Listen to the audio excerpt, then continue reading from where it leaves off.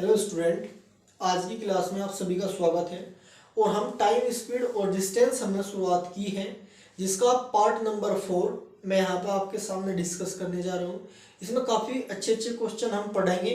मैंने आपको पहले बताया भी था किस किस तरीके से मैं आपके लिए क्लासेस प्लान की है, और उसी पे हम बाद में बात करेंगे। पहले हम क्लास की शुरुआत करते हैं, ठीक है जी। चलिए, एक आदमी कोई निश्चित दूरी कार से जाता है। अगर वह अपनी गति 6 किलोमीटर प्रति घंटा बढ़ा दे तो वह 4 घंटे कम समय लेता है। अगर वह अपनी गति 6 किलोमीटर प्रति घंटा घटा दे तो 6 घंटे ज़्यादा समय लेता है। तो उसके द्वारा कवर की गई डिस्टेंस हमें ज्ञात करनी है। देखिए, मैं आपको पहले जो तीसरी क्लास मैंने ली थी, मैंने आपको ये फॉर्मूला बिल्ड करके बताया था कि किस किस तरीके से हम इस फॉर्मूले को बना सकते हैं। और एज ए ये फॉर्मूला नहीं है, मैंने आपको बिल्कुल प्रूफ इसका दिया था कि कैसे मैंने ये आपको के लिए डेवलप किया।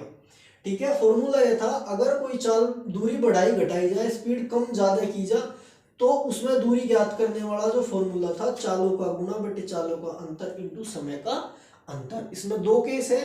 पहला, उसने 6 किलोमीटर प्रति घंटा बढ़ा दी, यानी शुरुआत में तो हमें पता नहीं कितनी थी, तो पहली कंडीशन से हम डिस्टेंस फाइंड करेंगे। पहली कंडीशन से जो डिस्टेंस होगी हमारी वो ये होगी, चालों का गुणा। पहले चाल कितनी थी, s थी, बाद में कितनी 6 बढ़ा दी, तो s प्लस 6 हो गई अपॉन चाल का डिफरेंस 6 इंटू समय का डिफरेंस 4 घंटे का, ये डिस्टेंस होगी। दूसरी कंडीशन में जो डिस्टेंस ट्रेवल करेगा वो, अगर वह 6 किलोमीटर प्रति घंटा घटा दे, यानी s थी, s से 6 कम कर दी, s माइनस 6 कर दी, अपॉन में 6 इंटू समय का अंतर कितना है जी, अब की बार 6 घंटे ज्यादा लेता है, 6 घंटे ज्यादा। ऑब्वियस बात है बिल्कुल, अगर चाल 6 किलोमीटर प्रति घंटा कम करेगा तो टाइम ज्यादा लेगा। यहाँ पे 6 घंटे का अंतर है। ये भी डिस्टेंस है और ये भी डिस्टेंस है, दोनों कंडीशन में मैं इसको इक्वेट कर सकता हूँ। भाई ये भी दूरी और ये भी दूरी, तो मैंने इक्वेट कर दी। 6 से 6 कट गया, s से s कट गया, यहां से ये 2 हो गया और ये 3 हो गया। तो अगर मैं इसकी मल्टीप्लाई यहां पर करूं, 2s प्लस 6 दूनी 12 बराबर, इसकी मल्टीप्लाई अगर मैं यहां करूं तो ये कितना हो जाएगा, 3s माइनस का 18, ये माइनस का हो जाएगा इधर s, तो ये और ये प्लस का हो जाएगा, तो s का वैल्यू यहां से 30 हो गया। s का वैल्यू कितना आ गया, 30 आ गया। s का वैल्यू 30 है, तो पहली कंडीशन से ये हमारी टोटल डिस्टेंस है। आप कोई सी भी कंडीशन से ज्ञात कर दो, ये डिस्टेंस है, तो मैं डिस्टेंस लिख सकता हूं, s का वैल्यू कितना 30 प्लस 30 और 6, s का वैल्यू यहां रखोगे, 30 और 6 36, मल्टीप्लाई 36 अपॉन में डिफरेंस आना इनका 6 इंटू 4 घंटे का ये। तो अगर मैं इसे काटूं तो 6 छंगे 36, 6 चौक 24, 30 इंटू 24, 24 की 72, 720 किलोमीटर की डिस्टेंस हो गई। 720 किलोमीटर की डिस्टेंस हो गई, और ये ही आंसर है हमारा। बताओ ये समझ में आया आपकी, नहीं आया? आप देखो, इस कंसेप्ट से अगर आप इसे करोगे तो कितना इजी आपके लिए सवाल हो गया। अदरवाइज इसे करने में काफी टाइम जाएगा आपका। मैं एक बार और समझाता हूं। एक आदमी को निश्चित दूरी कार से जाता है, अगर वह अपनी गति 6 किलोमीटर प्रति घंटा बढ़ा दे। मैंने आपको फॉर्मूला लिखवाया था पहली क्लास में, चालों का गुणा बटे चालों का अंतर इंटू टाइम का डिफरेंस, समय का अंतर। पहले स्पीड s थी, उसने पहली बार बढ़ा दी, s प्लस 6 कर दी, अंतर 6 इंटू टाइम 4 का। डिस्टेंस हो गया, पूरी की पूरी ये डिस्टेंस है आपकी। ठीक है जी, ये पूरी की पूरी डिस्टेंस है आपकी। दूसरी कंडीशन में क्या कहा उसने, अगर वह अपनी गति 6 किलोमीटर प्रति घंटा घटा दे। अब की बार दूसरी कंडीशन में s थी, s पे 6 माइनस s माइनस 6, यानी 6 उसने कम कर दी, तो उसे 6 घंटे ज्यादा लगते हैं।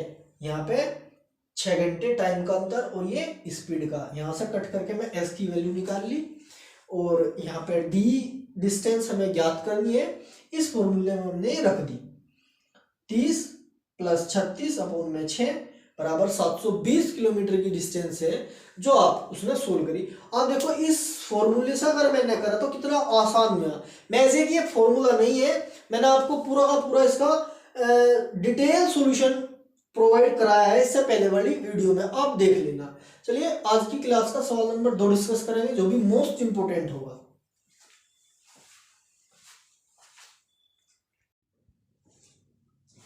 चलिए स्टूडेंट, आज की क्लास का सवाल नंबर 2 डिस्कस करते हैं और ये ट्रेन से संबंधित सवाल है। मैं आपको बता रहा कि मैं ट्रेन और ये आपकी ट्रेन और ये जो भी सवाल है ट्रेन के हो चाहे टाइम स्पीड डिस्टेंस के हो, वे एक ही लेक्चर में कवर करा दूंगा। ठीक है, अलग से आपको ट्रेन पढ़ने की जरूरत नहीं पड़ेगी, हम इसमें ही मिक्स करके उनको भी पढ़ते रहेंगे जो ट्रेन से संबंधित मोस्ट इंपोर्टेंट सवाल है। चलिए पढ़ते हैं। दो समान लंबाई की ट्रेन किसी खंबे को क्रमशः 7 सेकंड और 9 सेकंड में पार कर जाती है। वे परस्पर एक दूसरे को कितने टाइम में पार करेगी अगर वे विपरीत दिशा में जा रही हो। देखो, इस सवाल को करने से पहले मैं आपको ट्रेन के बारे में कुछ बेसिक इंफॉर्मेशन देना चाह रहा कि अगर ट्रेन के सवाल आते हैं तो आप कैसे कैसे उनका बेसिक आपको पता होना चाहिए, किस तरीके से वे वर्क करेंगे। देखो, सबसे पहले आपको एक फॉर्मूला पता, चाल बराबर दूरी बटे समय। चाल बराबर दूरी बटे समय, दूरी बटे समय। जो आपकी ट्रेन संबंधित सवाल है इसमें दूरी का जो कंसेप्ट है, वो ट्रेन संबंधित जो सवाल है इसमें दूरी का जो कंसेप्ट है वो हम समझेंगे। अगर कोई ट्रेन ट्रेन के लिए दूरी क्या होगी, दूरी क्या होगी, मोस्ट इंपोर्टेंट बात ये है। दूरी किस तरीके से हम ट्रेन के लिए रखेंगे। अगर कोई ट्रेन किसी खंबे को पार करे, किसी आदमी को पार करे, किसी पेड़ को पार करे, तो उसकी लंबाई, इन सब की लंबाई प्लस ट्रेन की लंबाई वो दूरी होगी।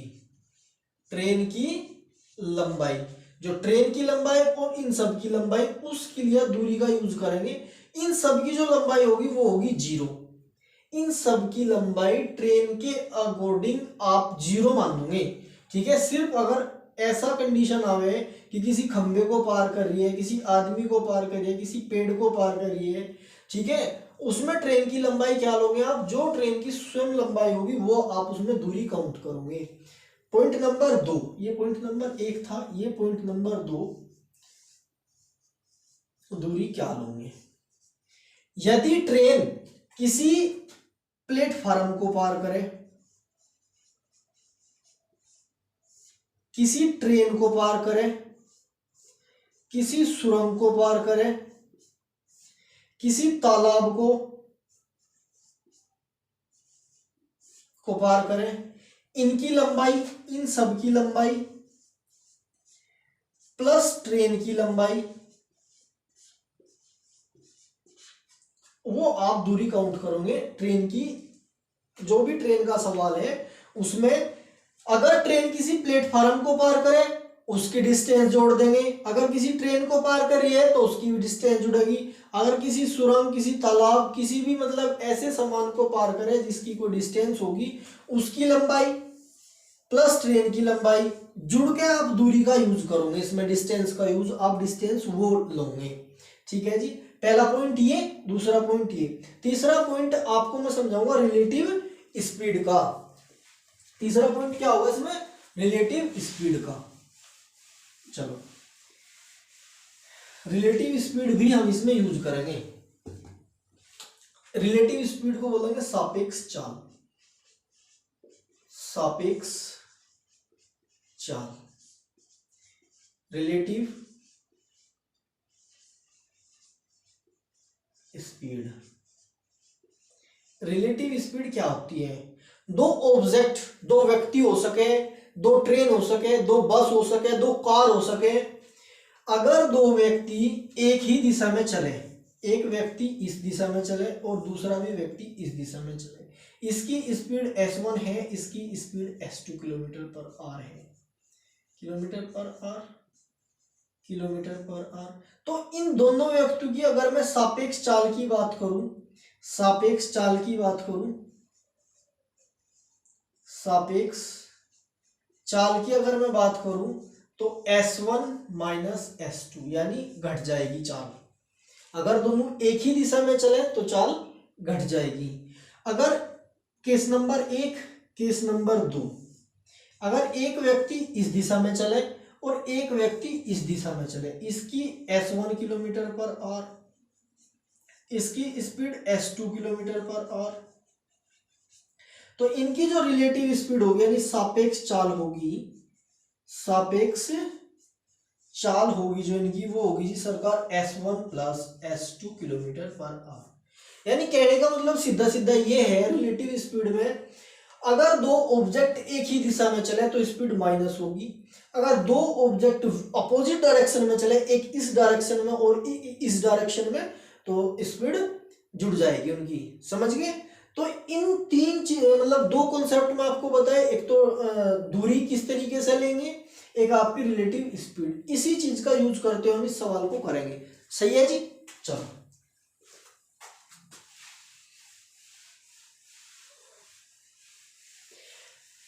भाई, उसने बोला दो समान लंबाई की ट्रेन, हमें नहीं पता कि ट्रेन कितनी लंबाई की है, लेकिन मैं उसने ये बात दी कि कोई भी खंबा है, ये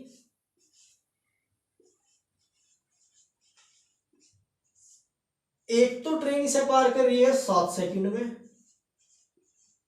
और दूसरी ट्रेन 9 सेकंड में। ये ट्रेन 1 है, ये ट्रेन ए है और ये ट्रेन बी है, ये ट्रेन बी है।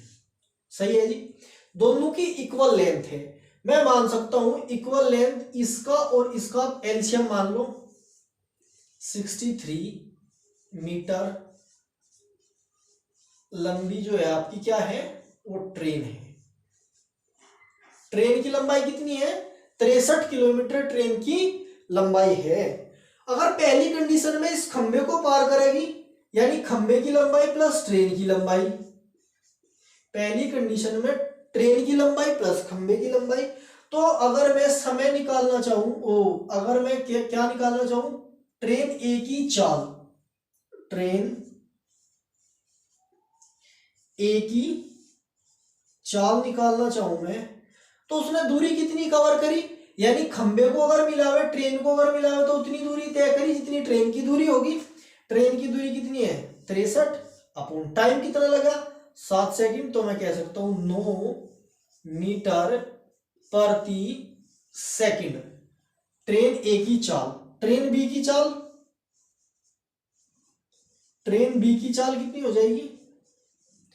ट्रेन बी की चाल 63 किलोमीटर की डिस्टेंस, 9 सेकंड का समय लगा, तो 7 मीटर प्रति सेकंड। हाँ जी, समझ पाए?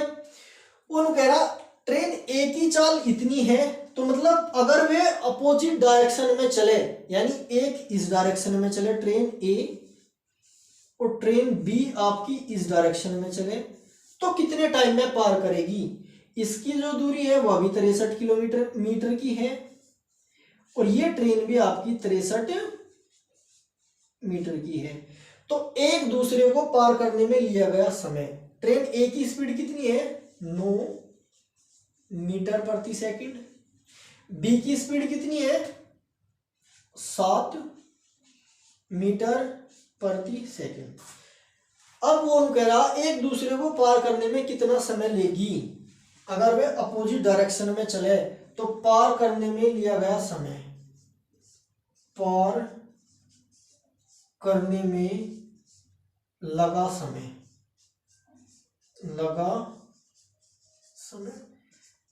मैं आपको बताया था अगर ट्रेन किसी ट्रेन को पार करे, किसी प्लेटफार्म को पार करे, किसी सुरंग को पार करे, तो उसकी लंबाई ट्रेन की लंबाई में ऐड हो जाएगी। तो इसमें दूरी कितनी लेंगे, तो समय बराबर हो जाएगा दूरी बटे चाल। दूरी कितनी होगी? 63 और 63, यानी एक दूसरे को पार करी तो दोनों की लंबाई जुड़ जाएगी। तो ये हो गया 63 और 63 126। अपॉन में कितना हो जाएगा? अपॉन में अगर वे अपोजिट डायरेक्शन में चले तो उनकी स्पीड भी जुड़ेगी। मैंने आपको रिलेटिव स्पीड से बताया, तो 9 और 7 16 ये। तो टाइम यहां से आ गया एक दूसरे को पार करने में 63 बटे 8 सेकंड का समय वो लेगी। बताओ ये सवाल समझ में आया आपकी अक नहीं आया? एक बार और मैं आपको इस सवाल को समझाऊंगा। देखो, ट्रेन ए एक खंबे को पार कर रही 7 सेकंड में, ट्रेन बी एक खंबे को ही पार कर रही 9 सेकंड में। ठीक है, हमें कुछ ना कुछ ट्रेन की लंबाई माननी पड़ेगी, तभी तो हम ट्रेन की चाल निकाल पाओगे। आप ट्रेन की लंबाई ऐसी मान लो जो आपकी 7 से भी डिविजिबल हो जाए और 9 से भी डिविजिबल हो जाए, क्योंकि अपोन में ही आना है आपका टाइम। तो मैंने इसका और इसका एलसीएम मान लिया। 63 मीटर की ट्रेन थी। मैंने बताया ट्रेन जब किसी खंबे को पार करेगी तो उसमें खंबे की लंबाई 0 लेंगे हम, और ट्रेन की लंबाई ही लेंगे दूरी के लिए।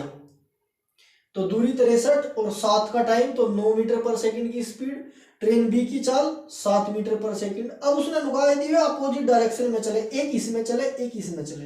एक दूसरे को पार करने में कितना समय लेगी? एक दूसरे को पार करने में लिए गया समय, समय बराबर क्या होता है आपका दूरी बटे चाल। दूरी कितनी लेंगे वे? 126 दूरी, क्योंकि ट्रेन की लंबाई हो या किसी प्लेटफार्म की लंबाई हो या किसी सुरंग की लंबाई हो, वे आपस में ऐड हो जाएगी। और रिलेटिव स्पीड अगर वे अपोजिट डायरेक्शन में चली वो भी जुड़ेगी आपकी रिलेटिव स्पीड। तो यहाँ पे 126 बटे 16 यानी 63 बटे 8 सेकंड का समय लिया। बताओ ये सवाल समझ में आया आपकी नहीं आया? हम मुश्किल से मुश्किल आपके टाइम स्पीड डिस्टेंस और ट्रेन में कम से कम सवाल रखने की कोशिश करेंगे, ताकि आप ज्यादातर मतलब मल्टीपल टाइम उसका रिवीजन कर सको। हम ज्यादा सवाल नहीं आपको समझाओगे, कम से कम समझाओगे। हर एक टॉपिक पे एक या दो सवाल आपको दिया जाएगा, जिससे आपको रिवीजन करने में उससे आसानी हो, वीडियो की लेंथ भी कम हो, आपको देखने में टाइम कम लगे, ज्यादा से ज्यादा कंटेंट आपके पास डिलीवर हो पाए। उस टाइप से हम आपको पढ़ाने की कोशिश करेंगे। चलिए नेक्स्ट सवाल देखेंगे।